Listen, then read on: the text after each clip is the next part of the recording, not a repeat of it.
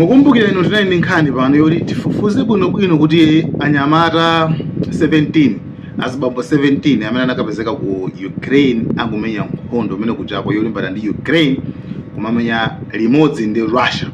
Timafufuza kuti anthu amenewa adakafika ko bwanji kumene kuko. So ndi nkhani yone kuti imene nali mkama kuti kuti achina Sipho, achina Sithole, achina Thabitho, achina Nqabile, achina Xolani anakafika bwanji ku Ukraine, anafika bwanji ku Russia, anajoina bwanji Russia masinari mkwamba kumenyana ndi Ukraine. Anakafika ku bwanji anthu aja amene amalira aja pacha tinapereka video pano koyambirira kuti ikwapezeka wanthu Russia amene akumenya nkhondo alowa mu Ukraine, anthu kumanda ako Africa, maiko ako Africa ngati South Africa, Kenya, Botswana ndi maiko enaso. Zenatheka bwanji anthu amene afika kumene kuko. Ndi anthu aja alipo 17 amene amalira kumene kuja ngondo amayo tofuna tibwerere kuno.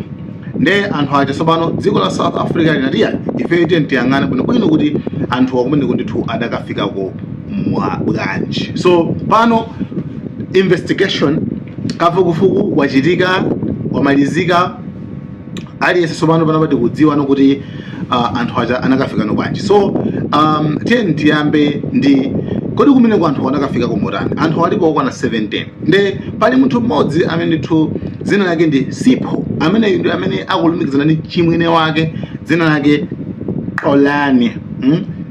Xolani clicking language. Xolani amene chimwene wake ali ku South Africa ndi amalumikizana naye, koma akwanena kuti nkhani yonseyi mfuse ni ndani? Mfuse ni mwana wa Jacob Zuma, dzina lake ndi wamkazi Duduzile Zuma Sambukla. Sorry maina amene Duduzile pa zina la for example DLA like Sambutla.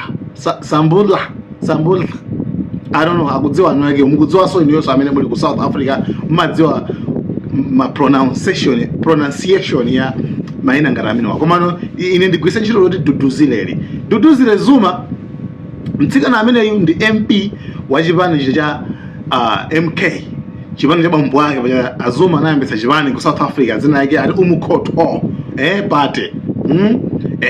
So chipani chimene chimachito MK, iyeyu ndi MP ku chipani cha bambo wakecho. Then akuti pano paso ndi chifukwa cha skendo ngati imene iwo chita resign, ati basi ne MP basi ndivenga resign fund bange focus kaiza issue imene ndi MP uja awusanza kali something. So nkhani inaenda banje mukufufuza kwa BBC nzona kuti anthu 17 amenewa akuti enawo anali jobless.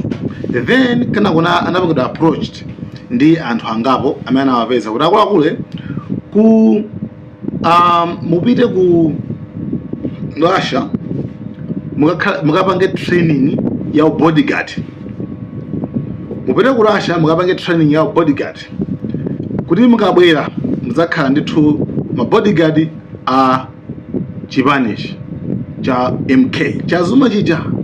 So since nkatimo mulikale mwana wake wa Zuma komanso ndi MP Duduzile angakayikire ndani pali amene angakayikire.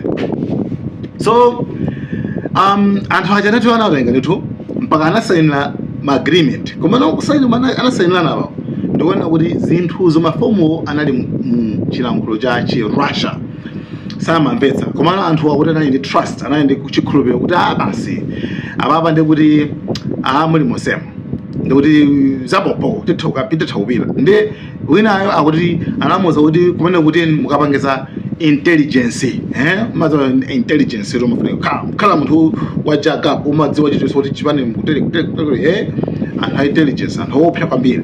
So anapanga zimene zijazo mpaka ananyamuka ndithu ena ali mu August ena mu July mpaka na ulendo ati mpaka anadulira matikiti a ndege opita ku Russia.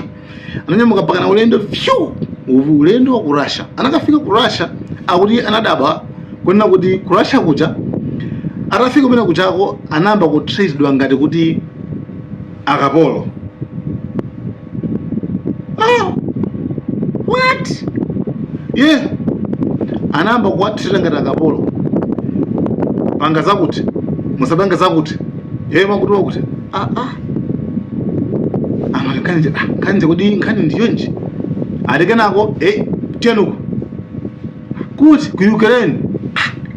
What? My brother, where are we going? Ukraine. Yeah, we're gonna die there. No, go, let's go. Anapanga force. Mpaka ku Ukraine. Makamanya nkhondo ku Ukraine. Zopi. Ndiye mpaka akuti anaita kwapelesa ku Donetsk kuja mpaka ku Donbass. Kumene kuti deep kumene kukuvutako ndi kumene iwo anapitetsa. Wina akuti anavulala mpaka anakomasako kudziwika kuti ali kuti.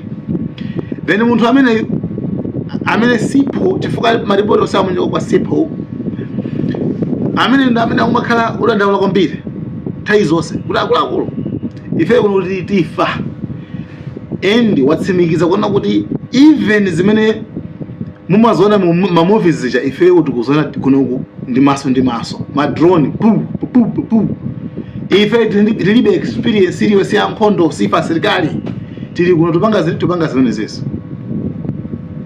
So ndi nkhani yonena kuti yofunika kusamala kwambiri makamaka especially nkhani mayiko amene kuli nkhondo akamatenu kuti zakuti ufuka kusamala kwambiri otherwise muka join nawo nkhondo. So anthu amene wawa zaonekera kumeneko. So let's come back to South Africa. Ku South Africa no mkulu atayimva tsopano Duduzile Zuma atayimva nkhanicha akulu akuti inuyo munapititsa anthu ku Russia. Akuti nayenso akuti she was shocked. Anali wadabwitse kwambiri kuti me ineyo yes iweyo unapititsa anthu ku Russia amene vano vakuvutika kwambiri ali ku Ukraine ali trapped atsakamira ku Ukraine akupempha boma la South Africa. Akuti iye uja anadabwa kwambiri. So kudabwa kwako kunali kwamba kuti mumvetse pano kwambiri akuti iye uja even iso nkhani iyo sei imene achitika ngati mezi lima akuti nayenso ndi mmodzi mwa anthu amene achitidwa chipongwe kapena kuti wapangidwa ampanga trick ampositsa yes chichawa chabwino ndi munthu mmodzi amene nayenso wapositsidwa pamenepo chifukwa nayenso samayidziwa kuti trick nkhani ikathira kumeneko. Koma awana kuti mukhulupirire bwinobwino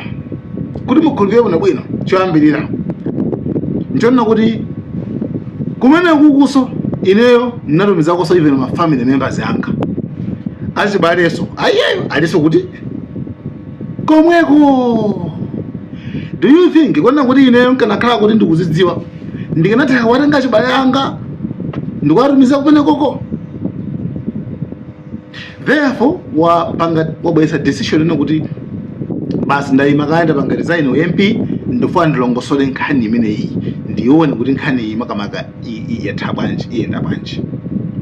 So izozo makamaka ndi zimene walongosola iyeyo Duduzile Zuma mwana wa Jacob Zuma former president wa dziko la South Africa amene ndithu anoake ma families anthu amene ali kumene koko anthu ali kumene ko 17 alisi ndi azibale awo tsopano ndi amene tsopano alusa awauza kuona kuti awati ife zopanga design zokuti mapanga design means nothing to us. Sisi kuphula anthu mezozo chimene ufuna ifeyo ngati achibale anthu amene oko tungufota abwere kwa moyo basi. Kumanganga lumene koko afa kumene koko aphedwa kumene koko mafana ndekuti muna mazangazime. Okay, deti ngani chipani cha Zuma MK umkhoto MK iyoyo akuti chazipanga distance jokha akuti chazipasa charalikirapo ife nkhani imene yise likhudze yayi. Okay chabwino amatchula dzina lathu kuti afuna akhale mchachane koma nkhani ife satikhudzi.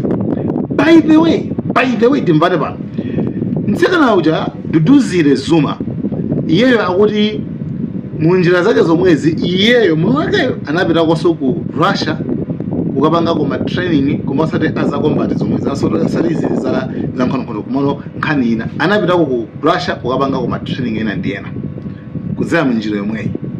So anapita ku Russia anakaphunzira chachetana nguba yako matraining anamaliza.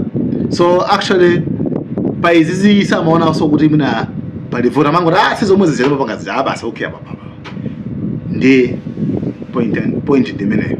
Koma anthu oko ali stuck akudandaula akulira akuti daily akumango pempha kuti chonde tufutose tufati zipita kwathu chonde ife sitinkaza tubwerera zizi kunoku. So mukafusa nkhani ya anthu amene anatumize ku South Africa ndimeneyo ndito nkhani nja yagwira m'manja mwa MP wa chipani cha MK mwana wa Jacob Zuma, former president. So nkhani ndimene guys, South Africa Sipho is in trouble. Brother, Sipho is in trouble and his friends, they want to come back to South Africa. Hey, guys, thank you so much. Malawian cameras.